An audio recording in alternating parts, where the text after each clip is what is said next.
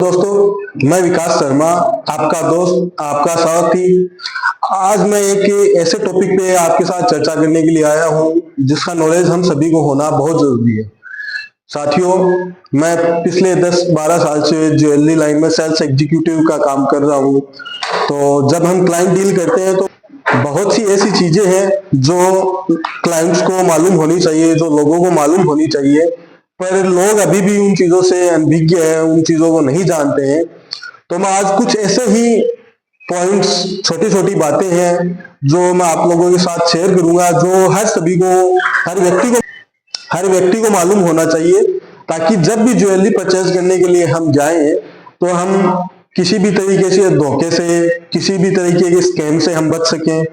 तो चलिए स्टार्ट करते हैं। अब हम स्टार्ट करते हैं। हमारा टॉपिक है गोल्ड ज्वेलरी।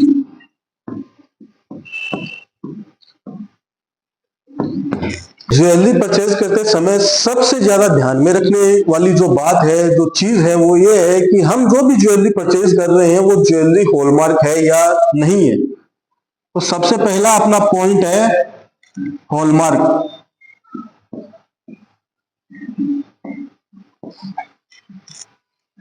ज्वेलरी जो भी हम परचेज करते हैं, हमें हॉलमार्क ज्वेलरी ही परचेज करनी चाहिए। हॉलमार्क ज्वेलरी है जो 22 कैरेट, 18 कैरेट, 14 कैरेट और अब तो गवर्नमेंट ने 9 कैरेट ज्वेलरी को भी ऑथोराइज कर दिया है। हॉलमार्किंग जो है वो ज्वेलरी की परसेंटेज ऑफ प्योरिटी क्या है उस चीज को दर्शाता है। जैसे कि 22 कैरेट ज्वेलरी, 22 कैरेट ज्वेलरी है, इसके अंदर गोल्ड की प्योरिटी रहती है 916%, यानी 91.66% गोल्ड रहेगा। ठीक है। उसके बाद बात करते हैं हम 18 कैरेट की। तो 18 कैरेट के अंदर 750 यानी 75। 14 कैरेट ज्वेलरी जो है उसकी प्योरिटी रहती है 58.5%। उसके बाद हम बात करते हैं 9 कैरेट ज्वेलरी। 9 कैरेट ज्वेलरी की प्योरिटी जो रहेगी वो 37.5% रहती है। दोस्तों, गोल्ड का रेट जैसे जैसे इंक्रीज हो रहा है, हर आदमी को ज्वेलरी की जरूरत होती है। तो लोगों की परचेजिंग पावर खत्म ना हो, लोगों को सहूलियत के हिसाब से ज्वेलरी परचेज कर सके लोग अपने लिए, तो उसके लिए गवर्नमेंट ने 9 कैरेट को ज्वेलरी को भी अभी ऑथोराइज कर दिया है।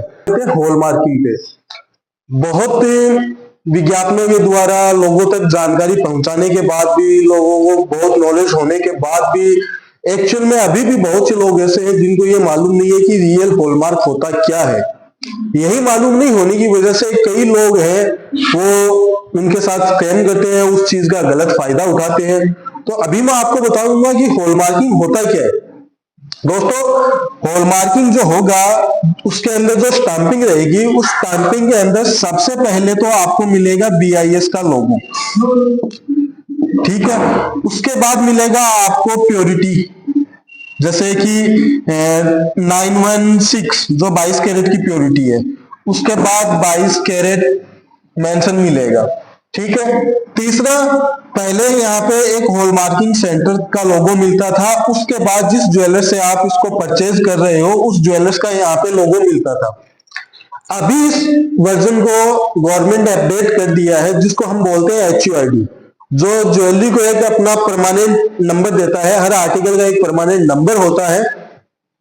उसमें चेंजिंग क्या हुआ है, उसमें आपको BIS का लोगो मिलेगा 916 कैरेट के अकॉर्डिंग। अगर 22 कैरेट है तो 916, 18 कैरेट है तो 750, यहाँ पे 18 कैरेट, और अगर 14 कैरेट है तो 14 कैरेट की जगह आपको यहाँ पे 14 कैरेट मिलेगा, यहाँ पे 585 की स्टाम्प मिलेगी, और 9 कैरेट पे यहाँ पे आपको 9 कैरेट और 37.5 का स्टाम्प मिलेगा।